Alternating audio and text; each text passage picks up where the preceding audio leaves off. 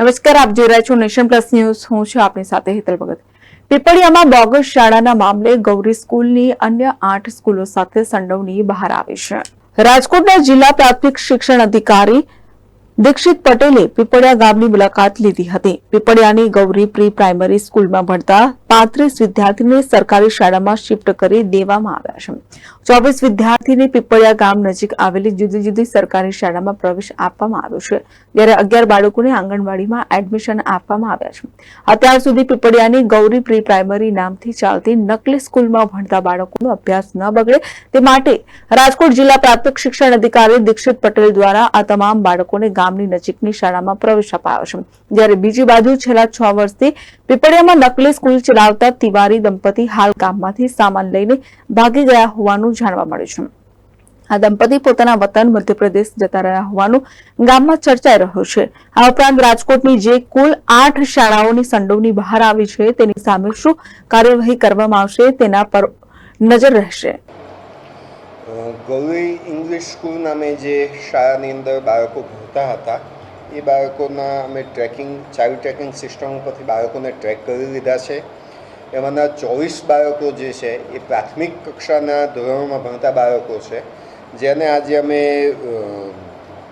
પીપળવા ગામની સ્કૂલમાં અને નજીકના બીજા એક ગામની સ્કૂલમાં એમના પ્રોપર ગામની સ્કૂલની અંદર એડમિશન અપાવવાના છીએ. એ 24 બાળકોનું પ્રાથમિક શાળામાં ભણતા બાળકો તરીકેનું આજે નોંધણી કરી અને એ બાળકોનું અભ્યાસ કાર્ય ચાલુ થઈ જશે.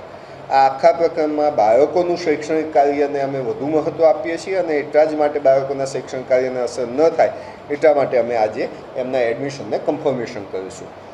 24 સિવાય બાકીના જે 11 બાળકો હતા એ બાલવાટિકાની અંદર જે 5 થી 6 વર્ષના બાળકોનું એનરોલમેન્ટ થવું જોઈએ એના કરતાં પણ નાની વયના હતા, જેથી તેનું એનરોલમેન્ટ અમે ICDSની અંદર કરવા માટે પ્રોગ્રામ ઓફિસરને લખાણ લખવાના છીએ. બીજા 4 જે બાળકો છે એ 9મા અને 10માના બાળકો હતા, જે માટે અમે જિલ્લા શિક્ષણાધિકારીશ્રીની કચેરીને પત્ર વ્યવહાર કરી દેવાના છીએ આજના દિવસમાં.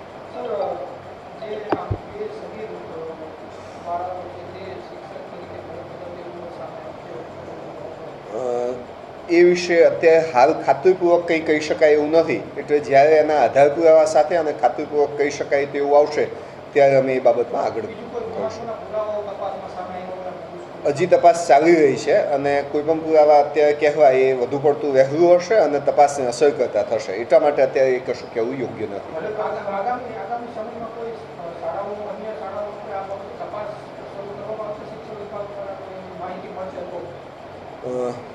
હા, જો માહિતી આવશે અને એ પ્રકારે તપાસ પણ કરવામાં આવશે, માહિતી નહીં હોય તો પણ જનરલ એક આખી એની મુહિમ જેવું ચલાવવામાં આવશે કે જેથી બધી જ શાળાઓ પાસે પ્રોપરલી એમના માન્યતાના કાગળો છે કે કેમ તેની ખાતરી કરવામાં આવશે.